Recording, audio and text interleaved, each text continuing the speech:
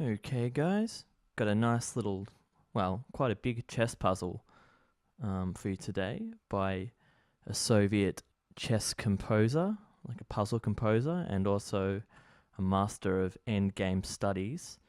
I was actually looking for a specific kind of puzzle, and I was actually going to make one myself. Um, but as it turns out, it actually already exists, although it quite perhaps oddly, it was a bit difficult. I sort of stumbled upon it trying to research to find it. So when I tried to look for it elsewhere, no one else had seemed to have done a video on it. So I thought, I'll give it a crack myself. I'm by no means an expert. In fact, I would say I'm very average, but I do enjoy making puzzles and sort of figuring out the mechanics behind them. And I follow a lot of people on YouTube, a lot of the big YouTubers. So I thought I'd just give it a crack just for a bit of fun. I've made a couple of chess puzzles myself, and they've been actually very popular on Reddit, and I'm very thankful for that. I'm glad that you guys are appreciating them. So let's crack right onto this puzzle. It's white to move. So basically, if you want to solve it without hints, pause right now. Okay, I'll give you a hint. The actual name for this, I discovered it in an ebook. I'll put the title of the book on screen for you there. But basically, it's called No Lady, the name of the puzzle. So if you want to pause and think about it a bit more, and I'll give you one more hint after. Okay. Basically, the final hint is it involves a series of under promotions. Okay, now I've seen puzzles like this before, but the reason why I wanted this puzzle in particular, this kind of puzzle, well, you'll soon find out. So the first move, taking that into account, if you want to think about it, pause. Okay, so if you solve this, obviously not through to checkmate, but at least the continuation, honestly, I would be absolutely amazed. I think the chess engines themselves choke up on it from time to time, and whenever that happens, you know you're in for a real treat for a puzzle, because obviously computers are sort of designed to prune and don't necessarily think too far outside the box normally. So let's just have a look. If you got this, congratulations. Under promote the D pawn to a knight. Now black. Now, well, first of all, why has white done this? Well, first of all, you see the bishop there on a4. Now, if the bishop on a4 can get to c6 without being taken, that's actually, well, it's game over, really.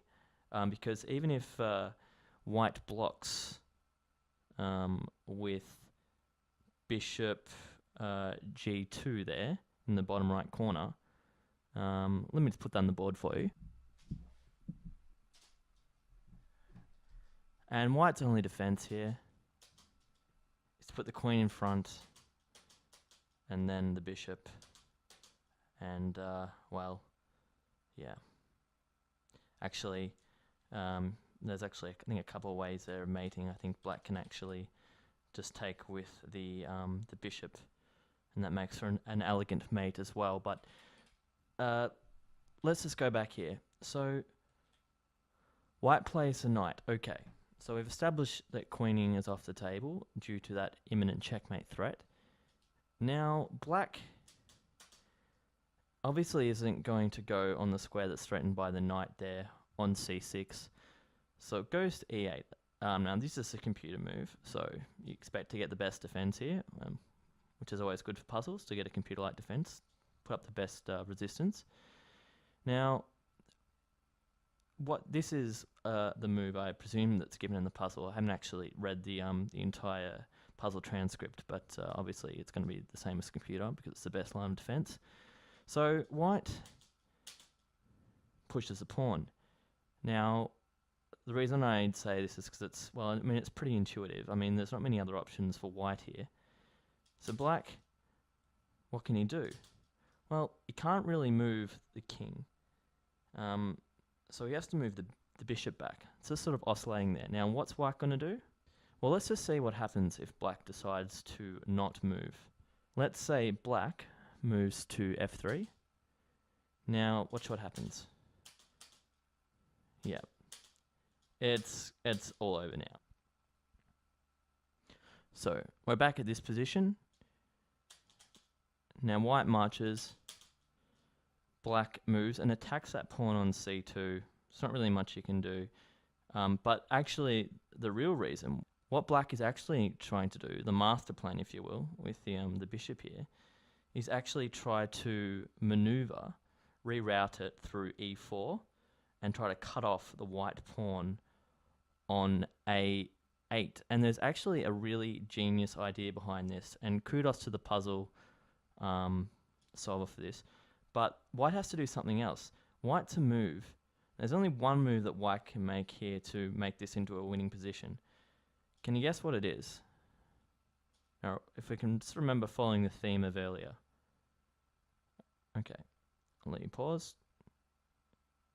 Okay, so hopefully, if you got it, again, congratulations. But the best move is not to march the pawn down. It's actually to go to a rook. So we've got our second under promotion here. And this time it needs to be the rook. So why the rook? Why not the queen?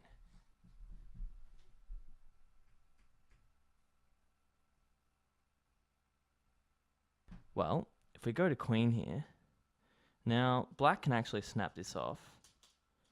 But he won't do that because then white can queen with his a-pawn. So he puts this check in. Now this is just a really wily move. I mean, this is just chess on a completely insane level. White's really got to give up his queen here, and that is actually stalemate. So it's actually a really black has actually got a really, what's the word? Just an out-of-this-world stalemate trap. I mean, you're not going to get stalemate traps in a real game that are anywhere this creative. I mean, generally speaking, I mean, I guess it's kind of subjective, but yeah, I mean, this is just insane. So, but it gets even crazier from here. So, yeah, white has to under-promote this time to a rook. Yeah, so black actually can't give the check now because the white's going to take with a rook, and that's not stalemate. See, if black tries to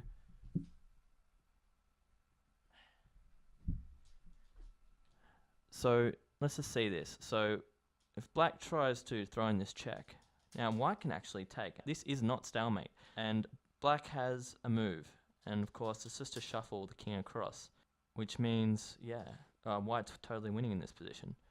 In fact, it's a mate in 5. So yeah, that's not on the cards for black. So this puzzle just keeps on getting deeper and deeper. So yeah, black's only real shot here is to try to take the rook with his bishop. So he does that. Now, what can white do? Have a guess? March. That's right. Just marches it forward. And now black, he's in a bit of a tough spot here. The computer gives this as a move to try to snap it off. But now this is sort of black's final, this is his last hurrah. Now, it'd be criminal for white to slip up from here. But we'll just see, can you guess what white's next move is? Alright, pausing. Okay, and if you got it, congratulations again. And if you've got the theme, you will have figured out that it is a queen. No, it's a bishop. Yeah, it's a bishop. And this is, the reason behind this is, well, if it's a queen, let's just put a queen on the board here. Black has the brilliant move. And yes, this is going to be a stalemate. White has to give up the queen. It's the only move. And this is stalemate. So again, that black precariously in the corner there, he's trying to basically use every trick in the book. But no, white uses the bishop. And now black, black, I mean, he takes the pawn, but I mean, this is all over now. Obviously, if he makes a move there, then we just snap that off. And computer is now giving this as a mate in 17, but quickly put some moves on the board just so you can get a sense. And look at this. The pieces are just coordinating, and black has no chance of saving this game. It's going to be over soon. So we've established that this isn't the best course of action for black. In fact, Stockfish just snaps off the pawn here. But it's too late. White can now just, look at this, the two light square bishops are teaming up. And in fact, these two light square bishops will actually play a role in, well, you'll soon see. Getting the king up the board there. And look at this, it's all over now. It's just a matter of scooping up the pawns. And you can see this knight is really effective as well. And I'll just quickly finish this off. But yeah, you can just see it's just I really think this is a brilliant puzzle. Might as well just finish it off here. So yeah, this puzzle is just an excellent demonstration, and the only one, as far as I can tell, that necessitates 3 under promotions of each different piece to win the game, and it's the only way of doing it. There's no other way of doing it, as far as I know. I just had to put a manual move on there because the computer was locking up, but it really doesn't matter. This is just going to show some technique with mating with the 2 bishops and the knight here as well. And look at this. Even though they're on the same color, it's probably a bit difficult to do with if you're a human, but the computer, look at that. Look at that for a very unusual mate. The knight's covering both squares, exit squares, and just a very bizarre finish, but any skilled grandmaster or player who's good at endgames, even the white bishops, even on the same color, shouldn't have too much of a problem getting that done. I'd probably struggle myself, just being a pretty mediocre player. But I think this puzzle by Ernest, now you have to forgive my pronunciation here, Ernest Pogosyants, sounds a bit like Petrosian, but yeah, lived from 1935 to 1990. Just a bit more of a background on this guy. He composed about 6,000 studies and chess puzzles. So this guy was really prolific. I mean, I've only made probably, 5 or 6 over it, just, casually now and then, but this guy's made 6,000, so just a true, a real credit to the game. And, I think it's nice just to have people who sort of specialize in different things. Got people who come up with opening novelties, or they, even if you're a programmer, like working on a chess engine or figuring out how to, brute force table bases and things like that. We're not all as gifted as calculating as Magnus Carlsen or, any of the top grandmasters. So I think it's really cool that, there's people out there who have got their own sort of little special thing that they can add to the game. And so, yeah, sure most of you probably haven't heard of this guy, but kudos to Ernest. That was just a really cool puzzle, and I hope you enjoyed this. Thank you very much.